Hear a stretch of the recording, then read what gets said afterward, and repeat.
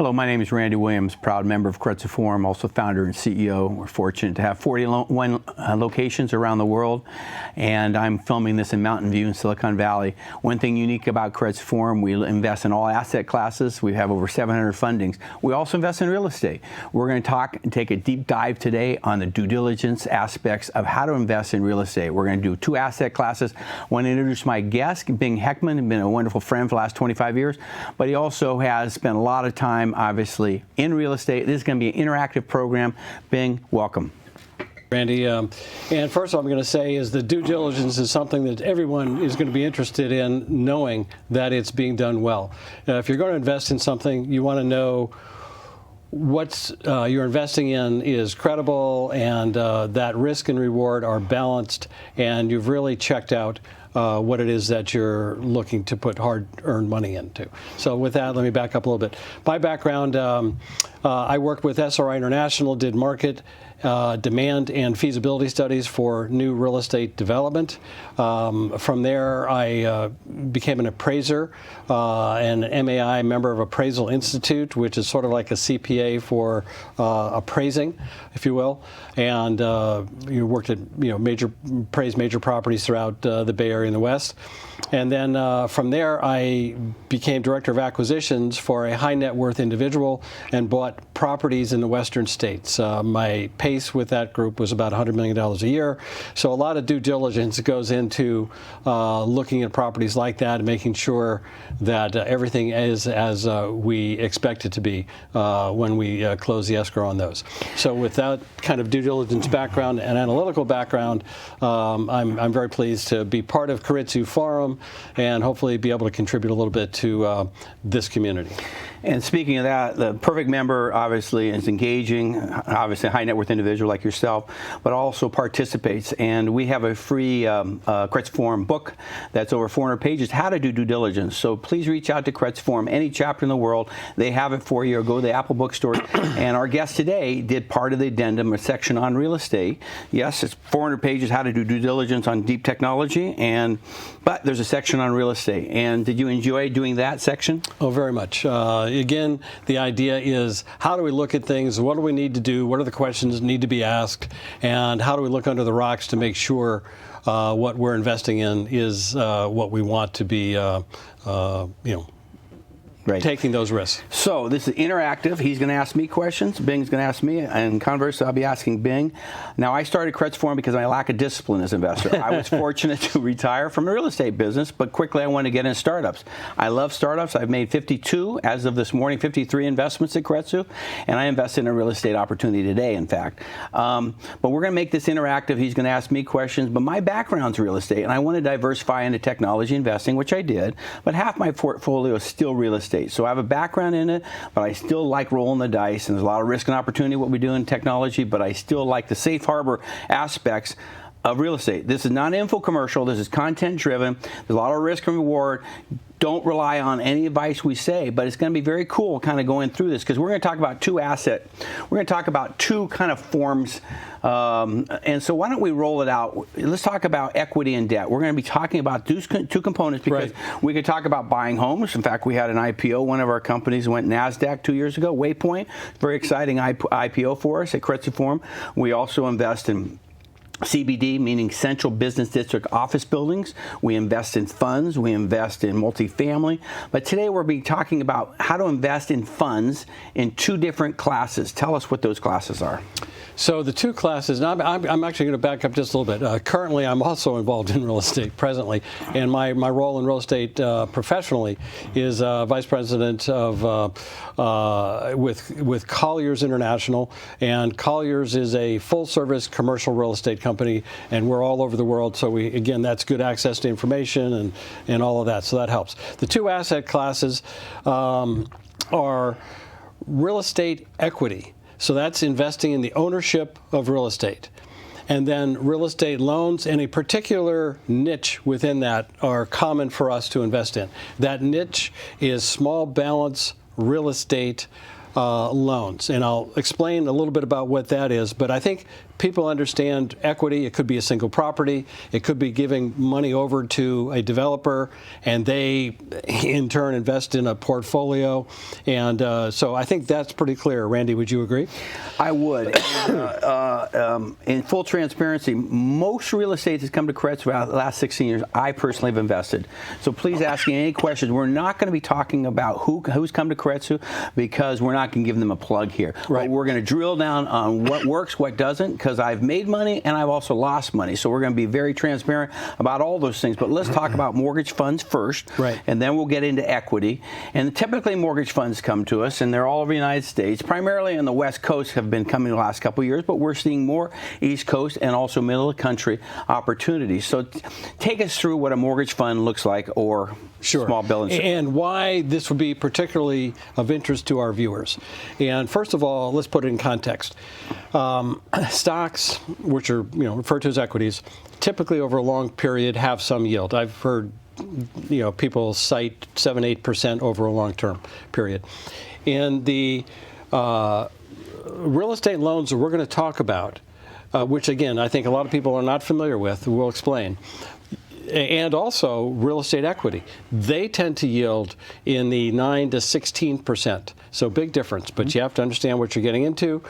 Now, the small balance real estate loans, basically what that is an individual wants to renovate a house, or maybe a couple houses, or maybe a small apartment building, or maybe a small commercial building. So this is going to be a loan size of $100,000 to maybe $1 million. Could be either side of that.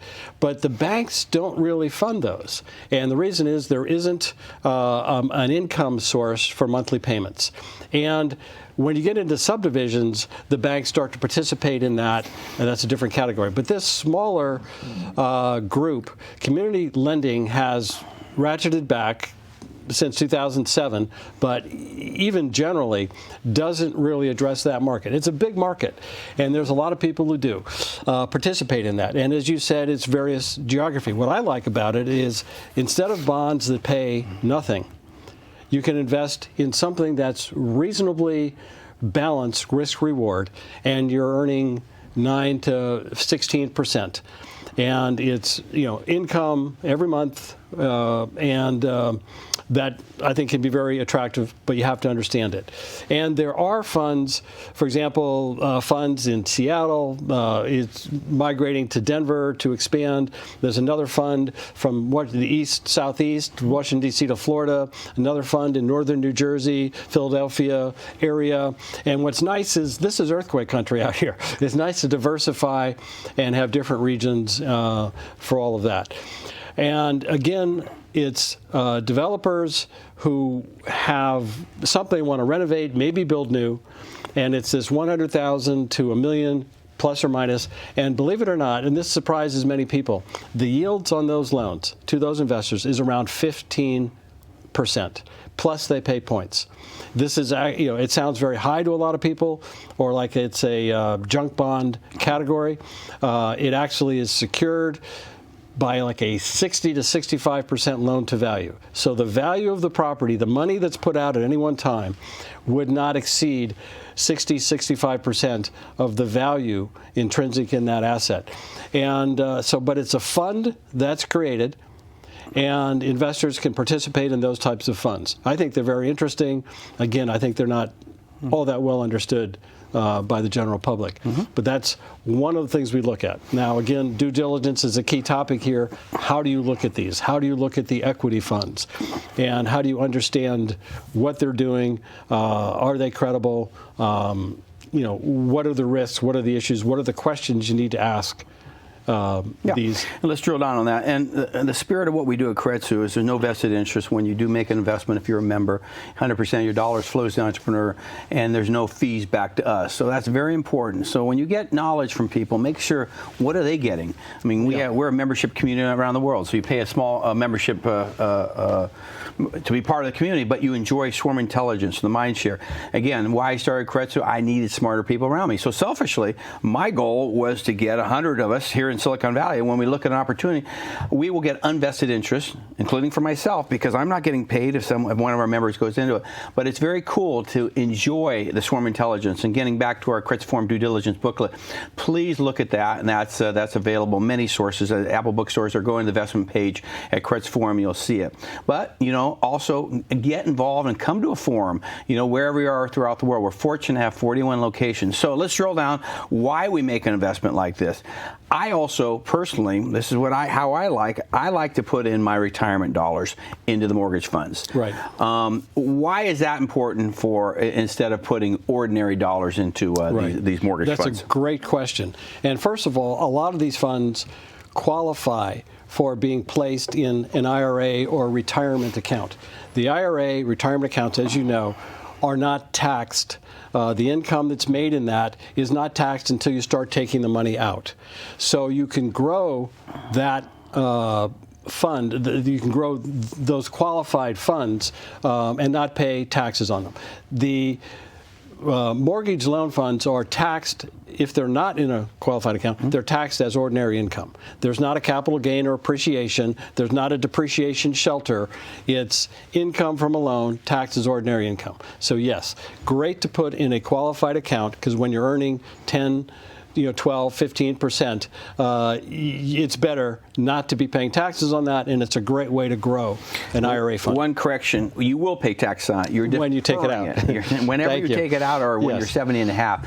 And again, this is we're not giving tax advice, but that's how I personally like investing in the mortgage instruments. When you're talking about equity, we'll talk about other ways to invest. Right. So, irrespective of it's a mortgage fund and or a fund that's investing in equity, or hybrid, doing both, I like to look at the jockey, i.e. the CEO. I like to drill down the team. Sometimes I make investments. I do a site visit, which is critically important. Look at books, which is critically important. But also see if, in fact, they're engaged, they have expertise. I also made investments to see. I had one firm had 40 employees. I was seeing if they were having fun. Right. Are they making money and having fun? Are they getting along? Are they getting along with the CEO? Are they getting along with other team members? So number one is the jockey. CEO is critically important for me. And then I ask her or him, the CEO, what type of track record. Track record is critically important. Absolutely. For these small balance real estate funds, track record is absolutely key. Have they had any defaults? Have they had any late payments? Have they had, these are not funds that just start up and don't have a history. These are funds with a history. These are operators with a history, and knowing how they've done, as you know, is very important. I hate to say this, but we're filming this December of 2015, and I think it's pretty difficult in this environment, especially on the West Coast or Silicon Valley, to screw things up. So high tide floats all boats, and so I'm making investments with folks. Yeah. But the redemption is very interesting to me. So let's talk about redemption. So redemption is getting your money back. Right. And so some are 1 day, some are 2 years. What do you think about redemptions? Meaning you invest $100,000 with an opportunity with a fund, and you will sign documents, and the documents stipulate that you can ask and call for your money back, but it will take a period of time. 6 months, 2 years. You care about redemption. Oh, absolutely. And one of the nice things about small balance real estate loan funds, typically the operator, if you really need the money, they'll get it to you within 30 days. Normally, you would sign up and agree, I'm going to keep it there for a year, maybe 2 years, and then you can get it back within a fairly short period of time. These are loans that are 6 months, 9 months, maybe a year. So it's easy for them. They have a constant turnover and flow, so they can get you your money back. And that contrasts with the equity investment, because your funds are in there. They need to be in there for 5 to 10 years. That's just the way it works, and we'll talk about that more later. But the nice thing about these loan funds is the fact that you get your money back. You're not tying it up. The other piece is, everybody expects, the memory of a recession is still in everybody's mind. When is the next one going to hit? How's it going to affect everything? We're all a little anxious about that, having been through this great recession. And if you're at a 65%, 60% loan-to-value ratio, you get some hints that things aren't going well. And at that point, you can start seeing, because all these funds typically have a portal where you can go in and look and see the progress, the payments, the repayments, the underwriting, how things are going in real time. And if things start to get a little squirrely, you can pull your money out and deal with things. So this interactive program, you brought up 2 points are critically important. First of all, communication. If you're going to be investing with anybody out there, make sure they have great dashboard technology. They communicate. They communicate not only Gotta love the internet. communicate what's going on good, but what the problems are. We need to know everything. Okay, getting back to loan to value, 65% LTV, loan to value ratio. So some people don't have the appetite for 65%. We had a very cool mortgage fund came to us last year. One of our members, and that's the whole spirit of Keiretsu, the members get involved, and actually he got some legal advice, and they went back and they split the tranche up. He wanted 40% loan to value ratio or below, protect his retirement money. Right. There's no protection of any money when you invest, but that is probably one of the, I won't say sure, but that's a way to mitigate a lot of risk, and he wanted 7%. And then the B tranche was up to 65. Right. And so this gentleman, the CEO of the company, said, great, I'll offer Keiretsu Forum members an AB. AB under 40% or B close to 65%, but a higher return. I took both, A and B, and I convert over B because I happens this year want to take a little more risk and juice up my returns. I don't know if you invested. We're not going to tell you what company this is, but did you look at this structure? Yeah, and that brings actually into another topic that I want you to help me to make clear here, and that is, in effect, let's say you're making a loan at 15%, and you come in and say, listen, I don't really want that full exposure. Give me a partial exposure, and for that, I'll take 7%. Meanwhile, he's lending at 15%, paying you 7%. That means his other borrowers, that's to say his B tranche investors, are now not just getting the 15%, they're getting the benefit of the leverage. You get the security, the other investors get an 18% rate of return. That's an interesting trade-off. Now, some of these small balance real estate funds are cash only. There's no leverage with the fund. So it's hard to understand that a loan fund can itself borrow money and have leverage for its fund. So let's say they have $20 million out. They might borrow $10 million, and if they borrow that at 7% and their $20 million is making 15%, that's a more aggressive fund, but if you understand the manager, you understand the properties and the underwriting and all of that, that could be a right fit for an investor looking for above average returns. Okay, good. Half the program's over. We're going to drill down in equity. But before we leave the debt structure, I want any viewers to see this, is if you have leverage, i.e. leverage of a community, for instance, if we have 200 or 300 investors investing in a mortgage fund, we will dictate terms. Individually, it's hard for you to dictate terms. But if you can, do it. Because look at the terms very carefully, and don't accept, 70, 75, 80% LTV, because that's dangerous. But, drill down the term. Unfortunately, we've been around the block, and over 150 million has been given to real estate entities that have come to Keiretsu Forum. And so we know a lot about structure.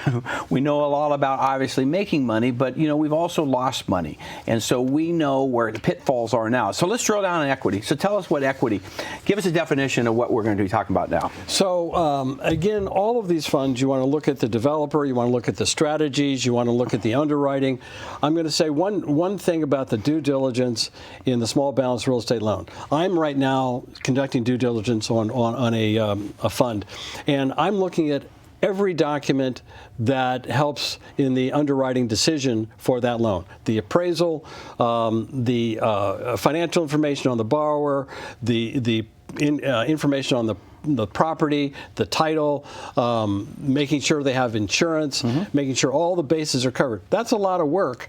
And one of the things that Keiretsu does is you have a community where some people do a fair amount of work that an individual just simply could not do. And also, this is all pro bono. Our members, put an oar in the water. We got a great expertise, and so we might, be doing a due diligence on, pick a subject on women's shoes or wine, or and guess what? We've had women's shoes presented to us. That's right. Sounds funny, But so the whole spirit of Keiretsu is hopefully 8 to 15 people put oar in the water, help out. Now, the project you're working on, thank you so much. How's it going? Are you moving toward getting a due diligence booklet together? Yeah, and we'll hopefully have that just kind of around the first of the year, first week of January, something like that. soon, and it's a great committee. Really enjoy working with others, and everybody has a little thing that they're doing, and it comes together. It's great. And as a founder, all I can do is say thank you so much for getting involved. And again, this is all pro bono. Our members are, with great expertise, are giving their knowledge with no solicitation and giving that information. In fact, other angel groups or other iBanks on the technology side or VCs love to see our due diligence. We are an open source community. Let's give it out. So, equity. So equity, there's a lot of examples of equity. Typically, you are a group of people are providing funds to a developer, manager who then goes out and buys properties. It might be a single property that they have teed up, that they say, okay, let's buy this property. This is a great opportunity. It might be a strategy. It might be, often these funds try to play in a niche that's higher than the individual private investor, but lower than the big institutional funds. Typically, that ranges from about 7 to 20 million. Once you get above 7, 10, the individual private, there are fewer of them. Not that they're not there. There are some, absolutely, but there's fewer. And then the institutional guys like the 15 million and up because it just, that's how they want to work efficiently. They like bigger projects. So one of the strategies they play in that, it might be apartments, it might be shopping centers, it might be whatever. Then there's geography where they would really focused. Might be something like self-storage. So there's senior housing is another one. So there's different strategies. Yeah, and historically, Keiretsu Forums love multifamily because you have obviously tenant base, and usually most of the things come to us are 92, 95, 94% occupied, so a little risk is baked out. But again, the mortgage funds are paying us monthly. Sometimes we want to accrue it. That's fine. You put it and accrue it and get a little more interest. This is you're betting on the come, and then there's a life cycle of 3 to 5 years to liquidate whatever they're buying. Let's say they bought a portfolio. And it can be longer with these funds especially. Let's say they bought a portfolio, or we're going to say they're going to be buying a portfolio of multifamily throughout the United States. This is their business plan. This is what they're going to be doing, and they're going to be liquidating 4 to 7 or 8 years. So most of the equity or the return is capital gain. Capital gain, and also a return of principal. And then generally they're giving us a preferred return. And then a profit participation. So let's talk about let's dumb it down. Let's just talk one asset class. What asset class do you want to talk about? In terms of the inequity? Let's just take apartments. That's a very common one. Okay, tell us about the perfect structure for you as an investor. So what they might do is have an 8% preferred return, and then after that 8% is delivered, and that's on a cumulative basis. After money's given back. After the money's given back. You invest $100,000, you get 8% return. Then the developer, manager, whomever would get 20%, and the investors would get 80%. Sometimes it's 30, 70, whatever that ratio might be. It's called a waterfall. Once they get over that hump, there's a waterfall that flows to the investor and to the manager, so forth. Now, manager fees are very important, and for many developers, their approach is, I want a feasibility project, which is to say the ability to generate fees. Well, we try to avoid that. We look for balanced fees. That is to say, there might be a well-earned fee for managing, just property management. There might be an asset management overview fee. So you have to look at all of these in combination, but the basic structure is a preferred return and then a waterfall to the investor and to the developer. And that's a great return, a great structure. And then you also want to see what's the track record of the developer, as you mentioned at the outset. You want to see the strategy. Is it a market? There's one that really likes Kansas City. That could be, you get to understand the community. You can see why that might be. You wouldn't think of it, right off the bat, but it could be a good idea. Then workforce housing is another one. Apartments that are designed not at the upper end, but really for the mid-range, nice apartments. And then take that concept and apply it to seniors. We have an aging population, and not everybody owns their home when they're in their 60s and 70s, and that's a great market that's growing, and somebody's seeing that opportunity and taking advantage. We've had a great group that has brought us kind of hybrid senior housing. So the perfect opportunity for me, if I'm going to invest in my equity dollars versus ordinary dollars, meaning I want tax write-off on that money, I will look at a multifamily. Depreciation provides a tax shelter for the equity investments, unlike the unlike the lending investments. So if I invest $100,000, generally I want to pref of 6 to 9%. Generally I get 7 to 8, and so I'll get my $100,000 back, hopefully. Right. And then what happens? A preferred return happens, and what happens is that generally most of the things I'm investing in, there's liquidation. Let's say they bought a apartment at 89%, they move it up to 98% occupancy, and they put a lot of value, they raise rents, and obviously the cap rate changes, and there's profit there. So they will distribute the profits. Right. Not early, but on sale, and then you have an orderly liquidation. So typically, Bing, when you invest in the equity side, when do you see your first return of principal? Right. So let's review the process again. They might buy an asset, they might do some renovation, they might bring in some more sophisticated management, they might take it to another level. They might take it from this mid-range niche that I spoke about earlier to an institutional quality and have another market that they can deliver it to. But usually that's 3 to 5 years out from day one. That's when it starts to roll. The first 1, 2, and 3 years is when the properties are acquired. Then they're managed and renovated and so forth. Then they become seasoned, and then that is years 4, 5, 6, 7, 8. And it depends where you are in the economic cycle, too, because you might want to ride that a little further. And well, we have one more minute, and I need to conclude personally in 30 seconds, but I'd like to have you say for 30 seconds, what have you enjoyed about Keiretsu, and how have you done swarm intelligence with a community to look at real estate as an asset class to invest in? Well, first of all, there are so many interesting people, interesting enterprises. For me, it's a little bit like a kid in a candy store. I just really enjoy seeing what all is out there, the new trends, and then working with the people, a lot of very capable people. And it's really nice to do a job where you feel like it's getting done well, and at the other end of that, you feel confident in having a nice, diversified set of opportunities to invest in that you feel good about. Well, I'm very proud to have Bing on the show. He's been a wonderful friend the last 25 years, but it's great that he decided he loved Keiretsu Forum a couple of years because he wanted to diversify. You're a technology investor, but you're also obviously very much involved in investing in real estate. So Keiretsu Forum presents. This is our third show, moving on 4th in January. Please, if you're interested, come to Keiretsu Forum or any other chapters around the world and say you'd like to see this content.